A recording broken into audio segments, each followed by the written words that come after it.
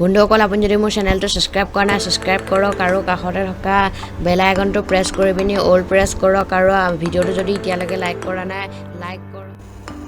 বন্ধুসকল আমি সকলোৱে শাক পাচলি ফুলৰ ফলৰ খেতি কৰা দেখিছো বা শুনিছো কিন্তু আপুনি জানে বাৰু চীনৰ এখন গাঁৱত শাক পাচলি বা ফল মূলৰ নহয় সাপৰ খেতি কৰা হয়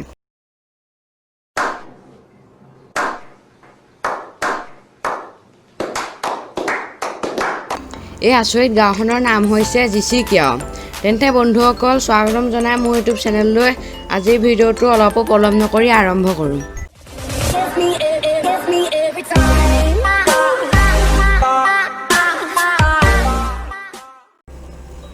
বন্ধুসকল জিচিকা নামৰ চীনৰ ৰেড গাঁওখনত 30 লাখতকৈ বেছি বিষাক্ত সাপ পোহা হয় ইয়াৰে ভিতৰত অজগৰ কোব্ৰা অন্যতম এই গাঁওখনৰ সাপৰ খেতি সাপবোৰৰ মাংস আৰু শৰীৰৰ বেলেগ বেলেগ অংগৰ বাবে কৰা হয় আৰু এই সাপবোৰ চীনৰ মানুহে আৰামত খায় অকল খোৱাই নহয় সাপবোৰৰ পৰা বিভিন্ন ধৰণৰ ঔষধো প্ৰস্তুত কৰা হয় এই গাঁওখনত প্ৰথমতে সাপৰ খেতি কৰা নাছিল প্ৰথমতে ইয়াত কপাহ আৰু চাহপাতৰ খেতি কৰা হৈছিল কিন্তু বৰ্তমান সাপৰ খেতি কৰা হয় एकदम इन्होंने वक्त बदल दिया जज्बात बदल दिए जिंदगी बदल दी ओ भाई मारो मुझे मारो বন্ধুসকল এইবোৰ কথা শুনি আপোনাৰ মনলৈ আহিছে চাগে যে গাঁওবাসীয়ে এই সাপবোৰৰ পৰা ভয় নকৰে নেকি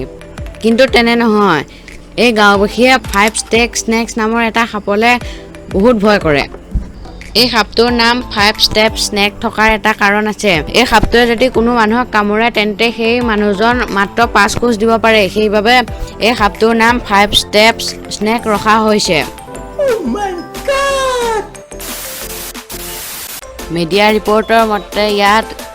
মাইকী আৰু সৰু সৰু সাপবোৰ বাকচত ভৰাই পোহপালন দিয়া হয় যেতিয়া এই সৰু সৰু সাপবোৰ ডাঙৰ হয় তেতিয়া ফাৰ্ম হাউচলৈ পঠিওৱা হয় ফাৰ্ম হাউচত প্ৰথমতে ইয়াৰ বিষখিনি উলিয়াই লোৱা হয় আৰু তাৰপিছত বিষখিনিৰ পৰা বিভিন্ন ধৰণৰ ঔষধ প্ৰস্তুত কৰা হয় আৰু সাপটো বিভিন্ন ধৰণে প্ৰস্তুত কৰি খোৱা হয়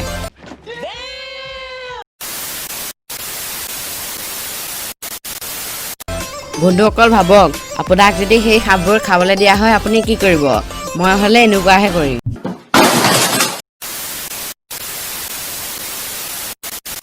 তেন্তে বন্ধুসকল ভিডিঅ'টো ভাল লাগিলে লাইক কৰিব